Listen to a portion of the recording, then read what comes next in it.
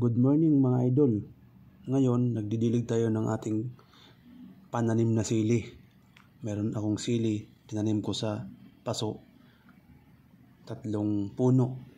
Ito guys is may bulaklak na. Yan, 2 na yan. Malapit na siyang mamunga kasi namumulaklak na siya. Ayan.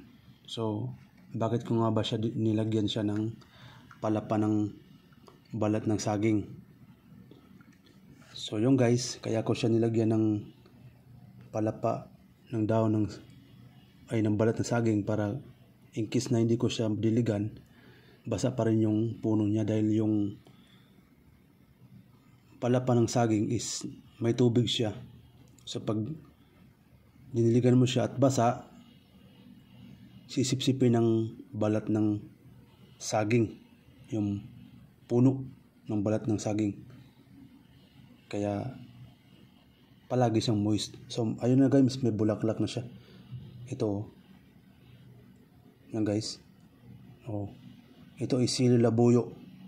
At saka yung 2 is pansigang.